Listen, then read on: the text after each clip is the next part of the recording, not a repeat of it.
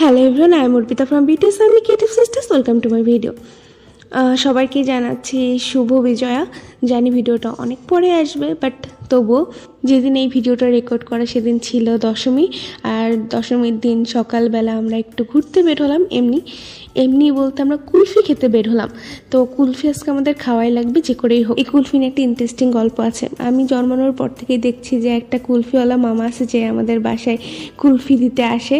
মানে আমরা আসলে কুলফি সে বানিয়ে নিয়ে আসে, বাট এবার তাড়াহুড়ার মধ্যে সে বানাতে পারেনি, আর আমাদেরও তাড়াহুড়া ছিল। আমরা খুব কম দিনের জন্য কুষ্টায় গিয়েছিলাম, তো কুলফি আমাদের খেতেই হবে। কুষ্টায় যাবার কুলফি খাবো না, এটা হতে পারে না।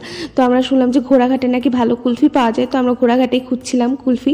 দেখতেই পাচ্ছ যে আমরা সবাই কুলফির জন্য ঘুরে বেড়াচ্ছি, বাট এখানে কোনো কুলফির দোকানই আমরা পাইনি। আমরা অটো করে ঘোড়াঘাটে এসেছিলাম, বাট এই পারে আমরা পাইনি, যেহেতু পরে আমরা ও পারে যাচ্ছি এখন। তাও আমাদের কুলফি খাওয়াই লাগবে। আর এখানে কিন্তু 20 টাকা করে জনপ্রতি ভাড়া নেয়। এখানে লোকাল নৌকা বলতে পারো। এখানে এরকম আর নৌকা পাওয়া যায় না, বাট লোকাল এরকম নৌকা পাওয়া যায়। যাই হোক, আমরা একটা নতুন এক্সপিরিয়েন্স করলাম। আমি ফার্স্ট এই টাইপের কোনো নৌকায় উঠলাম। ভালোই লাগছিল, একটু ভয়ও লাগছিল যখন অনেক বাতাস হচ্ছিল। নদীতে তখন অনেক জল ছিল। যাই হোক, আমরা ওপারে আসলাম। ওপারে এসেও আমরা কোনো কুলফির দোকানই পেলাম না। আমাদের তো মনটা হয়ে গেল খারাপ, বাট কুলফি আমাদের খেতেই হবে যে করেই হোক। তো আমরা শিলাইদহ যাওয়ার জন্য অটো ভাড়া করে ফেললাম। ভাবতে পারছো একটা কুলফির জন্য আমরা এত দূর যাচ্ছি। আমাদের বাসা বা যেখান থেকে আমরা উঠেছিলাম সেখান থেকে আধা ঘন্টা প্রায় লাগে। আমরা 4 জন আজ বের হয়েছি, কুলফি না খেয়ে আমরা বাসায় যাব না। এটাই আমাদের অ্যাডভেঞ্চার আজকে। তো ফাইনালি আমরা কুলফি একটা পেলাম। তখন কিন্তু কুঠিবাড়িটা বন্ধ ছিল, আর আমরা কুঠিবাড়ির উদ্দেশ্যে আসিওনি, কারণ অনেকবার কুঠিবাড়ির ভিতরে ঘুরেছি। আমরা জাস্ট কুলফি খেতে এসেছি। তো আমরা একটা জাস্ট ট্রাই করে ফার্স্টে দেখবো যে আদৌ এই কুলফি অর্থিত নাকি খাওয়ার জন্য। So we have to try it first.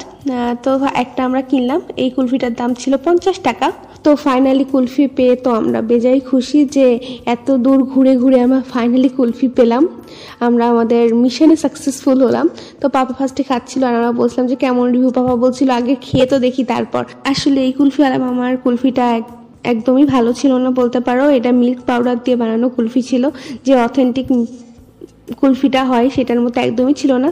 পাপা আমাদেরকে ওই একটা থেকে ভেঙে ভেঙে খাইয়ে দেখাচ্ছিল যে এটার কেমন স্বাদ। তাই আমরা এখান থেকে আর কুলফি খেলাম না। আমরা আর একটু আগিয়ে গেলাম, দেখলাম যে ওখানে কোনো কুলফি মামা আছে নাকি।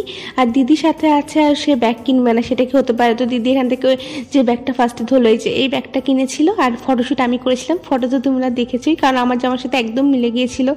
আর আমি যে এই পচা কুলফিটা একটু করে খেয়ে শেষ করছিলাম। একদম পচা না, বাট ভালো ছিল না।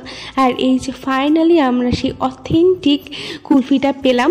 কুঠিবাড়ির ঠিক গেটের পাশেই এই কুলফি মামাটা ছিল। 100 টাকা করে পার পিস উনি কুলফিটা নিচ্ছিল। অনেক অনেক টেস্টি ছিল, একদম অথেন্টিক যে টেস্টটা সেটা ছিল। আমরা সবাই মিলে অনেক মজা করছিলাম, কুলফি খাচ্ছিলাম। আর ওই যে পাপাকে দেখতে পাচ্ছ, অল থ্যাঙ্কস টু পাপা। আজকে আমরা এরকম একটা অ্যাডভেঞ্চার করলাম, খুব মজা হলো। এখানে দিদির সাথে পাপাও মার্কেটিং করা শুরু করে দিল।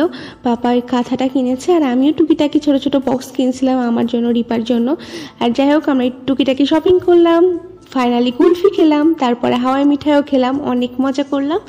আর ব্যাক করলাম, কারণ ওইদিকে বিসর্জনের সময় হয়ে যাচ্ছিল। বাইরে থেকে আমাদের ফোন ছিল যে তোমরা কোথায়, এসে তো আবার টেডি হবা।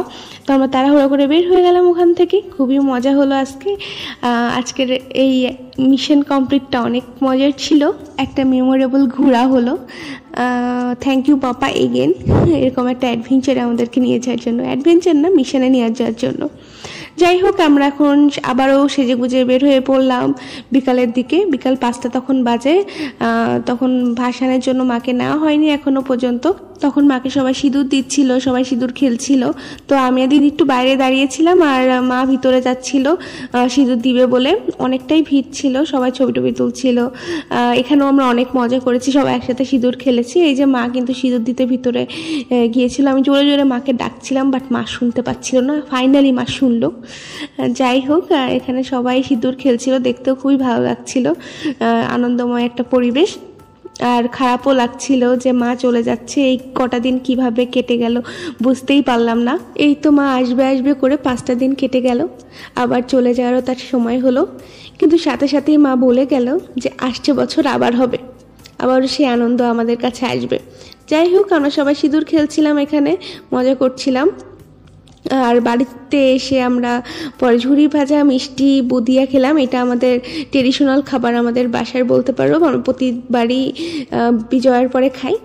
আর তারপরে এই তো আবারও ব্যস্ত লাইফে ফেরা, আমরা ঢাকায় ব্যাক করলাম পরের দিন। আই হোপ তোমাদের কাছে আমার এই পূজার সবগুলো ব্লগ ভালো লেগেছে। Thank you for watching, love you all.